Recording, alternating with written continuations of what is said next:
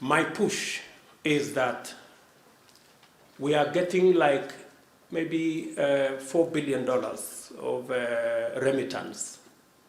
My position is that we should be able to move from 400 billion Kenya shillings to at least $1 trillion. And I have told Mutua and Roslyn that they must work towards that. And we must support you to do what you're doing from wherever. We should be able to serve you better. We must make government services available online.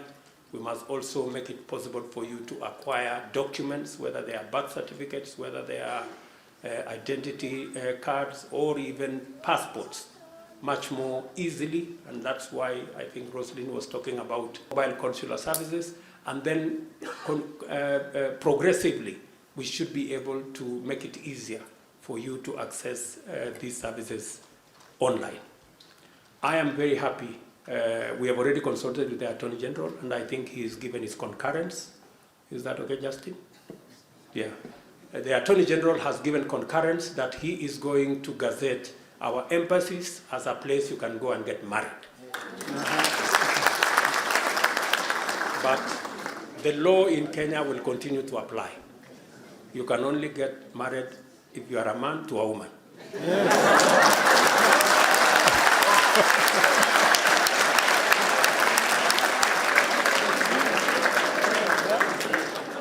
And if you are a woman, only to a man. That shall continue to apply. It doesn't matter where you are. And even if they overshoot by about maybe 30 or 60 days, my commitment is that by the end of this year, from wherever you are in the world or in the country, you should be able to access government services using technology online. That way, we can be able to drive our country in the right direction. Let me also give you, I saw, that company was called what, ile 50 by 100 hapa nje? Eh?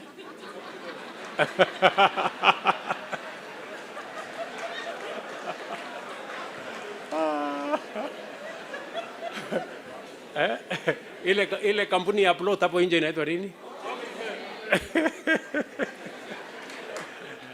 Yani, you guys, mumelete mambo ya 50 by 100 baka Rwanda.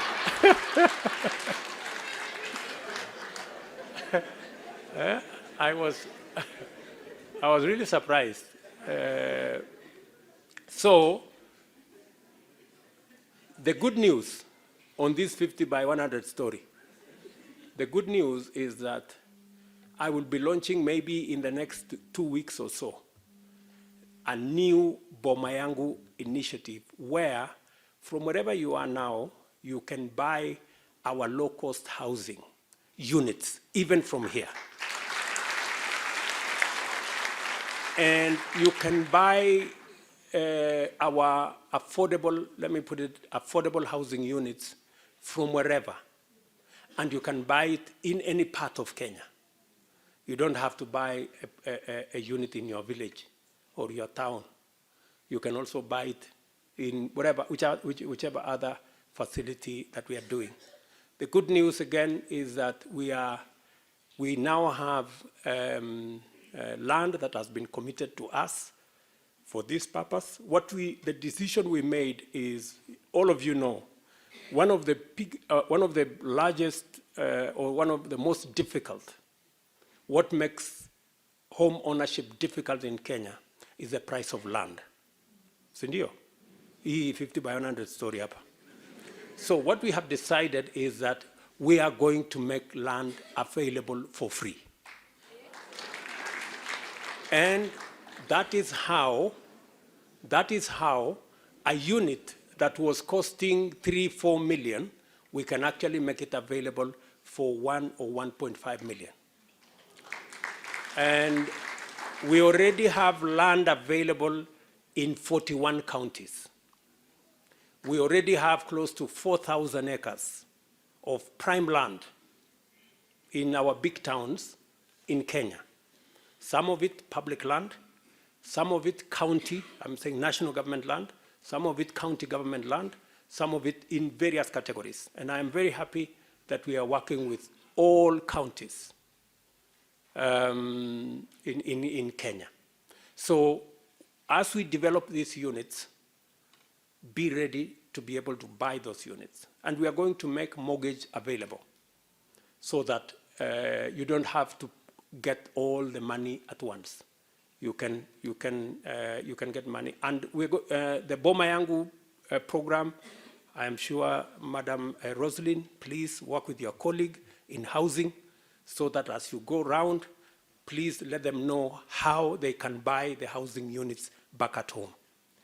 We all know of the story that you send money home to your brother or sister or relative, you know, and you know the story how it ends.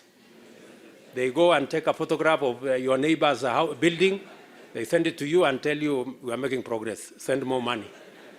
And finally, when you arrive home, there is no house. Sindio? So we want to sort out that problem for you. You don't have to run into trouble with your friends or relatives. You can now trust the government of Kenya to do the building of the housing units for you, and it is a sure way of owning a property way back at home. By no means am I discouraging you from owning property in Rwanda.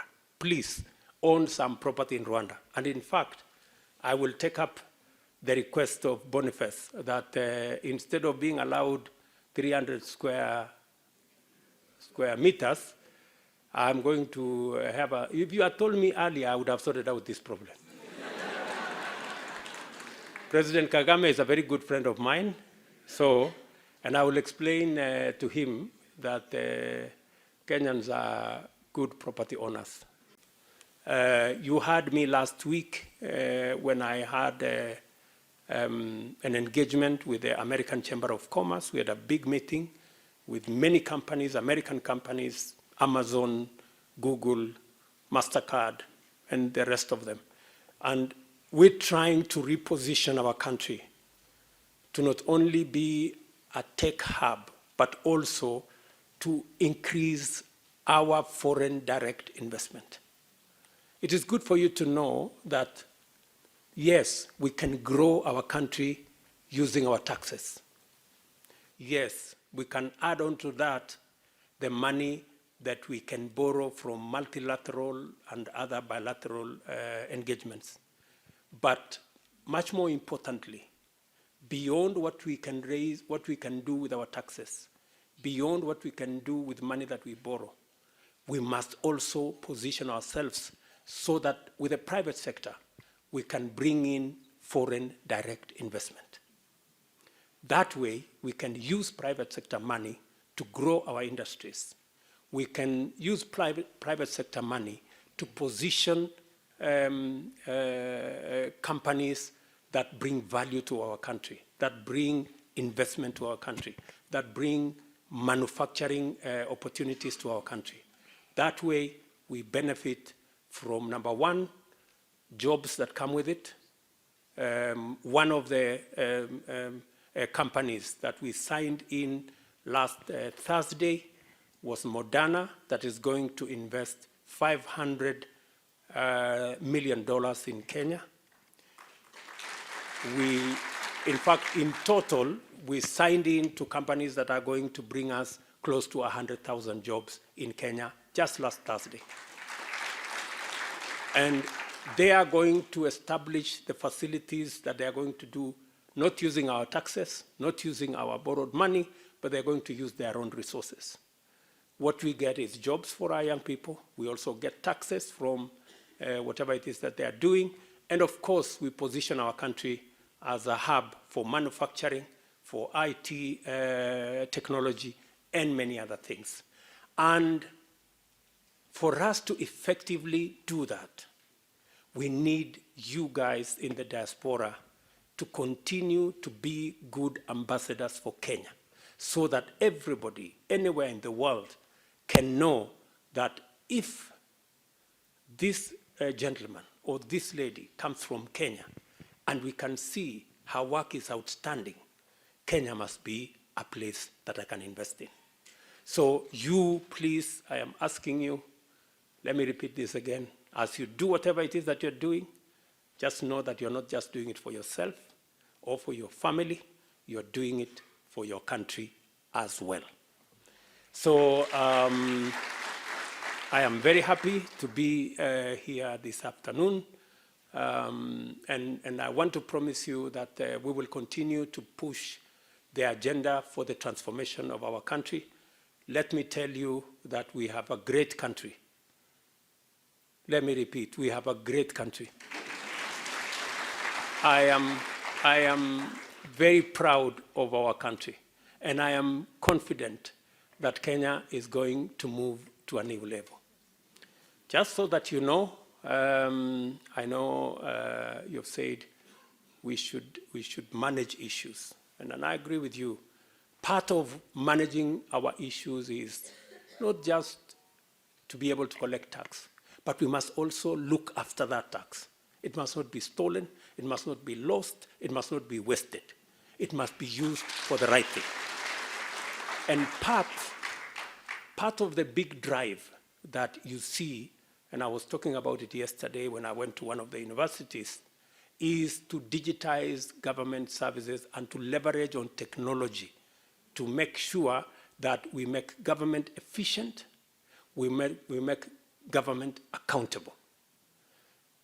When we deal in cash, the possibility of pilferage and theft and corruption is too big. But when we digitize, be able to collect our resources on a digital platform, it reduces incidences of pilferage. Let me tell you that 6 months ago when I took over, we had only 320 government services that were digitized. It is my intention that in the next 6 months, all government services will be digitized and will be available online.